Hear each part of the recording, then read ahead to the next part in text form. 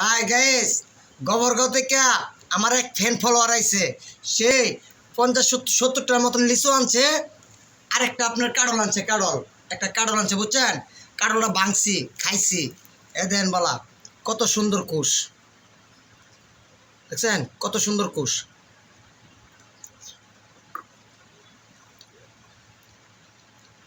যে গরম পড়ছে, না গেলে নষ্ট হয়ে যাবো গা। গাছ পাক না কাডল, সেই সাথ।